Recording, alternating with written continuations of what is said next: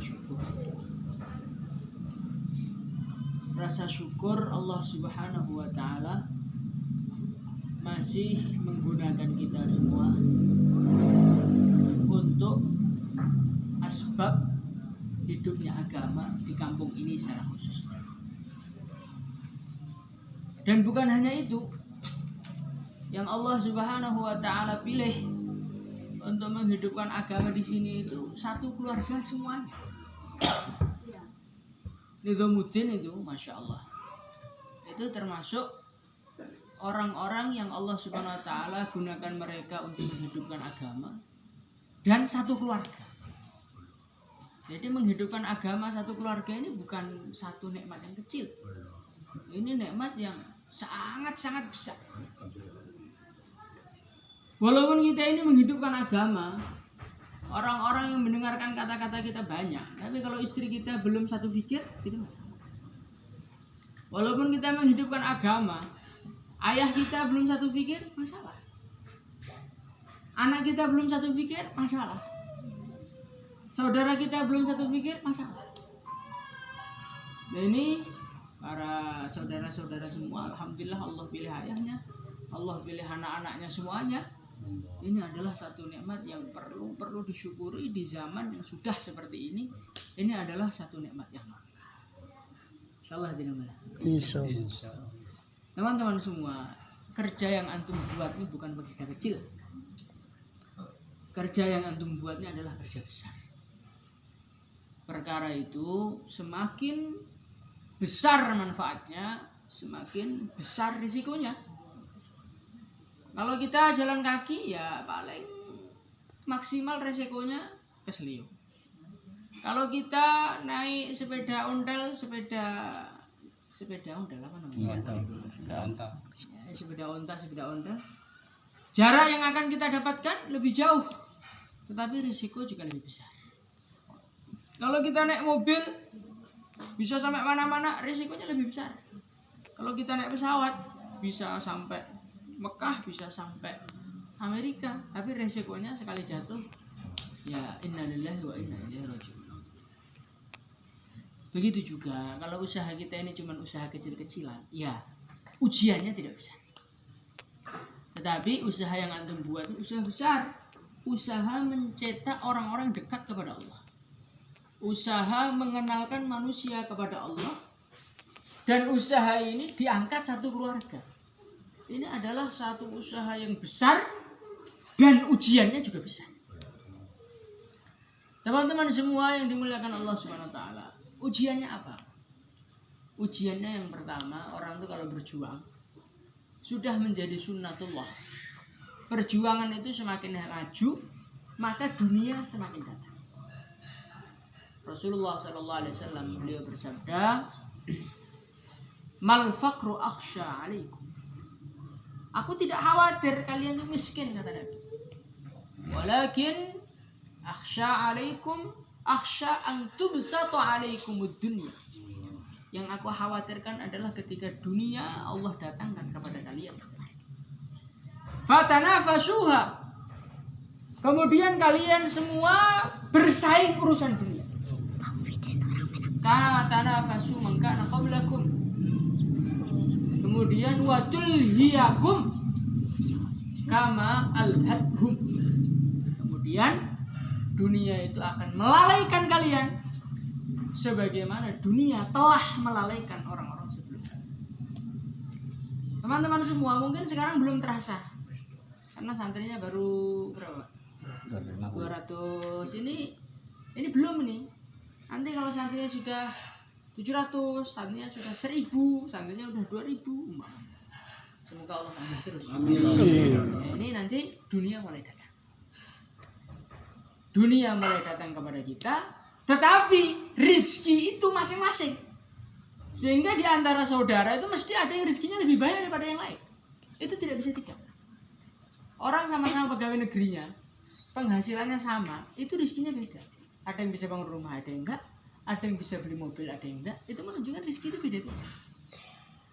Teman-teman semua yang dimuliakan Allah Subhanahu wa taala, ketika dunia datang kemudian Allah Subhanahu wa taala bagi sesuai yang Allah kehendaki, saat itulah muncul fatanafasu, muncul rasa persaingan. Rasa kenapa itu kok bisa lebih kaya daripada saya? Kenapa itu bajunya kok lebih mahal daripada saya? Akhirnya terjadilah persaingan dunia. Dan persaingan dunia, maaf saja, ini biasanya dimulai dari para wanita. Dimulai dari para wanita. Maka kalau kita ingin perjuangan kita ini menjadi perjuangan yang sukses, kita harus ingat akhirat, jangan mikir dunia. Insyaallah ya. Rasakan di dalam hati semua itu sudah ada bagiannya masing-masing. Fulan bin Fulan kok dapat itu, saya kok nggak dapat. Ya itu memang Allah. Menurut Allah yang paling bagus ya dikasih dia, bukan dikasih saya. Fulan bin Fulan kok dihormati orang, saya kok tidak. Itu nggak apa-apa. Memang kehormatan itu dari Allah. Allah akan berikan kepada orang yang dikehendaki. Walaupun ayahnya sama, walaupun ibunya sama, tapi rezeki itu dari Allah, bukan dari ayah dan dari ibu. Ketika kita memasrahkan semua kepada Allah dan kita tidak cinta dunia, insya Allah pondok ini akan awet. Tapi kalau sudah terjadi persaingan antar kita, akhirnya kejar-kejaran dunia, akhirnya lomba-lomba dunia, saat itulah watul hiyakum, dunia itu akan melalaikan dari tugas pokok utama. Tugas pokok kita itu apa? Dakwah, zikir ibadah, dakwah, taklim wa ta'alum, khidmat. Itu tugas pokok kita. Ketika persaingan dunia ini sudah muncul dalam kehidupan kita, maka kita akan melalaikan empat-empatnya. Taklimnya sudah nggak kita pikirkan, dakwahnya nggak kita pikirkan, kemudian khidmatnya nggak kita pikirkan, apalagi zikirnya tambah nggak kita pikirkan. Maka teman-teman semua, kita harus antisipasi mulai awal. Kita harus menyiapkan hati, rezeki itu dari Allah, kemuliaan itu dari Allah, akan Allah berikan kepada siapapun yang Allah kehendaki. Kalau saya tidak dapat, itu ya berarti menurut Allah saya tidak cocok. Hadirin yang mulia, kalau ada seorang ayah, dia mempunyai anak umur 10 tahun, anak umur 5 tahun, anak umur 3 tahun. Kemudian anak yang 10 tahun diberikan baju ukuran XL. Anak yang 3 tahun diberikan baju ukuran S. Ada yang protes nggak? Enggak. Nggak ada. Pak, kenapa nggak disamakan XL loh? Memang anaknya beda. Walaupun ini semua anak saya, karena usianya beda, maka saya berikan yang beda. Itu manusia semua paham. Kenapa kita tidak paham dengan pembagian Allah? Allah Subhanahu wa taala memberikan fulan bin fulan ukuran dunia, hartanya XL. Terus kita dapat S, ya itu yang paling bagus ya itu. Mungkin di dalam hati dia ada kelebihan-kelebihan yang Allah tahu dan kita tidak tahu. Maka teman-teman semua yang dimuliakan, siapkan hati kita, semua pembagian dari Allah, kita sikapnya ridho, jangan saling iri-irinya. Insyaallah ya. Insyaallah. Teman-teman semua yang dimuliakan Allah Subhanahu wa taala, kerja semakin besar, risiko semakin besar. Di antara risikonya adalah nanti di dalam perjuangan ini akan datang orang-orang yang cocok dengan salah satunya. Orang yang cocok dengan Pak Subhanu. Nanti ada orang yang cocok dengan Pak Isbul. Nanti ada yang cocok dengan Fulan. Nah, orang-orang dekat ini biasanya dia ini akan memperkeruh keadaan. Dia akan datang kepada antum, Masya Allah, Subhan. Di antara saudara-saudara antum paling best lah. Kalau yang lain-lain tuh akhlaknya saya nggak terlalu cocok. Nanti orang yang hasbul juga mengatakan seperti itu orang. Akhirnya keadaan mereka menjadikan pertumpahan darah di antara keluarga. Maka teman-teman semua, kalau ingin perjuangan kita ini bagus, perjuangan kita ini selamat, kunci yang nomor 2 adalah jangan mendengarkan kata-kata negatif dari siapapun mengenai saudara kita. Entah itu dari orang lain, bahkan kalau perlu dari istri pun tidak usah didengar. Karena apa? Karena Anda dilahirkan dari rahim yang sama. Maka menjaga kerukunan ini jauh lebih penting dibandingkan menerima masuk-masuk orang lain. Kita harus punya sifat yang sabar. Kita harus punya hati yang longgar. Kita harus punya hati yang memaafkan.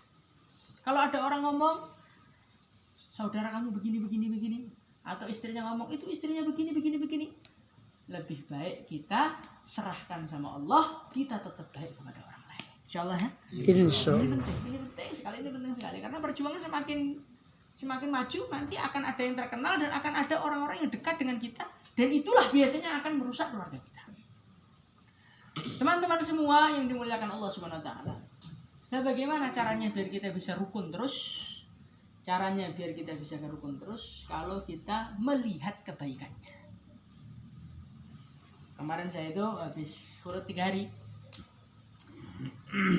Kemudian setelah wafsi, saya naik mobil melewati orang yang lagi nyari kodok, Pak. Tahu kodok ya? Kata. Itu kalau kata. Itu kalau di Jawa itu sebagian orang-orang ada yang mengkonsumsi kodok. Maka saya tanya kepada teman saya, kepada supirnya. Antum melihat orang nyari kodok itu hikmah apa yang bisa antum ambil? Saya bilang. Dia diam aja karena nggak biasa berpikir. Maka saya bilang, ini ada hikmah yang besar. Di dunia ini rata-rata orang jijik dengan kata. Kata ini hewan kotor, kata ini hewan menjijikkan. Tetapi orang ini tidak. Orang ini memandang di kodok ini ada manfaatnya. Ini bisa mendatangkan uang kepada saya. Ini nggak bicara hal haram ya. Maka karena dia melihat kebaikan kodok, kodok yang menjijikkan bisa menghidupi dia dan keluarganya. Teman-teman semua, apakah saudara kita ini lebih jelek daripada kodok? Lebih hina daripada kodok? Sehingga kita ini melihat mereka selalu tampak salahnya. Tidak pernah tampak kebaikan. Setiap orang tuh punya kelebihan. Setiap orang punya kelebihan yang Allah berikan kepada dia yang tidak diberikan oleh orang. Maka pandanglah kebaikan saudara kita. Husnuzan kepada saudara. Nanti kalau kita pandang kebaikannya, walaupun saudara kita ini sejelek apapun kebaikannya tetap akan kita dapatkan. Tapi kalau kita pandang kejelekannya, ingat selain baginda Nabi mesti punya kurang. Kalau pabrik mobil, dia hanya melihat kelemahannya komponen-komponen mobil nggak akan jadi. Ini mesin bisanya dorong aja nggak bisa jalan sendiri. Ini roda bisanya muter aja nggak bisa jalan sendiri. Ini kursi emang empuk bisa diduduki, tapi dia nggak bisa jalan. Akhirnya mobil nggak bisa jalan. Tapi ketika mesin diambil, roda diambil, kursi diambil, akhirnya jadilah mobil yang bisa dijual mahal. Begitu juga teman-teman semua, di dalam saudara kita ini ada yang karakternya seperti mesin. Dorong tok tapi nggak pernah jalan. Nyemangat tok, tarik tapi nggak pernah jalan. Ada yang dia itu siapnya jalan tapi nggak bisa ngomong. Itu ada. Ada yang dia ini seperti kursi empuk, tidak pernah ganggu tapi juga tidak pernah buat apa. Hadirin mulakan Allah Subhanahu wa taala, ini semua punya kelebihan, kita kumpulkan. Dulu zaman Rasulullah SAW, kebaikan itu kumpul dalam diri Rasulullah SAW. Tetapi setelah baginda Nabi Muhammad SAW wafat, kebaikan itu disebar oleh Allah kepada umat. Lah untuk menyatukannya adalah dengan berjamaah satu hati. Nanti ada yang ahli khidmat, biar dia sibuk dengan khidmatnya. Ada yang ahli ngajar, dia sibuk dengan ngajarnya. Ada yang pintar manajemen, biar dia sibuk dengan manajemennya. Semua penting. Saya ini yang paling tinggi karena saya ini adalah yang alim. Orang alim gak ada bagian khidmat gak jalan. Apakah yang alim akan disuruh masak di dapur? Akhirnya santri malah gak ada yang ngajar. Yang taklim, ngajar, sibuk ngajarnya, yang khidmat, sibuk khidmatnya. Ketika mereka satu hati, akhirnya timbullah satu kerja yang besar. Ada satu cerita. Ada seorang, ini di Damaskus. Ini yang cerita kepada saya ini cucu beliau. Beliau kakeknya ini adalah menggali kubur. Ketika dia menggali kubur, tiba-tiba ada seorang wanita. Dia ini membawa jenazah anaknya. Ini tolong saya pesan kuburan satu untuk anak saya. Oh iya. Setelah kubur siap, anaknya dimasukkan. Tiba-tiba ada cahaya dari langit, malaikat-malaikat turun mengambil jasadnya anaknya. Tidak selang berapa lama ibunya datang lagi. Ini apa namanya? Saya juga pesan lagi satu lagi untuk anak saya. Ini baru wafat. Kejadian yang sama terjadi lagi. Maka tukang kuburan tuh heran. Ini kok bisa nih? Apa anaknya ini, apa keistimewaannya kok malaikat-malaikat mengambil jenazah beliau? Akhirnya orang tuh datang kepada ibunya. Bu, anak ibu itu apa sih kerjaannya? Kok bisa begitu hebat sampai malaikat-malaikat datang dalam penguburannya? Oh nak, yang pertama itu ahli ilmu. Yang kedua, orang pedagang, tapi dia yang membiayai ahli ilmu. Jadi seorang pedagang, seorang cari duit, tapi untuk biaya orang alim tadi, itu derajatnya di sisi Allah sama. Maka teman-teman semua, untuk berdirinya pondok itu nggak bisa orang alim tok, nggak bisa. Ya harus ada khidmatnya, ya harus ada manajemennya, harus ada ini, ada ini. Ini semua penting, nggak boleh kita buang. Apalagi yang ikut andilnya adalah keluarga kita sendiri, maka semua adalah yang hebat. Semua harus ikut andil dan semua harus. Insyaallah. Insyaallah. Teman-teman semua yang dimuliakan Allah Subhanahu wa taala, kemudian kunci yang ketiga supaya kita bisa rukun adalah kalau kita tidak membicarakan keburukan. Yang kita bicarakan kebaikan, tidak kita bicarakan keburukan. Sibukkan diri dalam amal, sibukkan diri dalam amal. Jangan sibukkan mulut kita untuk menggunjing. Namanya orang rumah tangga mesti ya kadang-kadang anaknya kita nggak cocok sama keponakan kita yang lain, istri kita nggak cocok dengan istrinya adik kita yang lain atau kakak kita yang lain. Itu suatu hal yang biasa. Maka kita jangan kasih kesempatan kepada mereka untuk mempermasalahkan keluarga. Namanya wanita kadang-kadang berselisih itu wajar, tetapi jangan kita ikut campur atau jangan kita malah semangati. Anu mas itu istrinya adik sampean begini. Kita jangan ikut campur atau kita jangan ikut ngompori. Malah kita stop, jangan bicarakan keburukan orang lain. Nanti kalau kita stop mulut kita, insya Allah kerukunan sampai hari kiamat. Tetapi kalau mulut kita kasih peluang untuk berbicara, ingatlah mulut itu lebih tajam daripada pedang. Maka jagalah mulut, jagalah kerukunan. Insya Allah nanti pondok ini tambah hari tambah besar. Amin. Al-Fatihah. Bismillahirrahmanirrahim.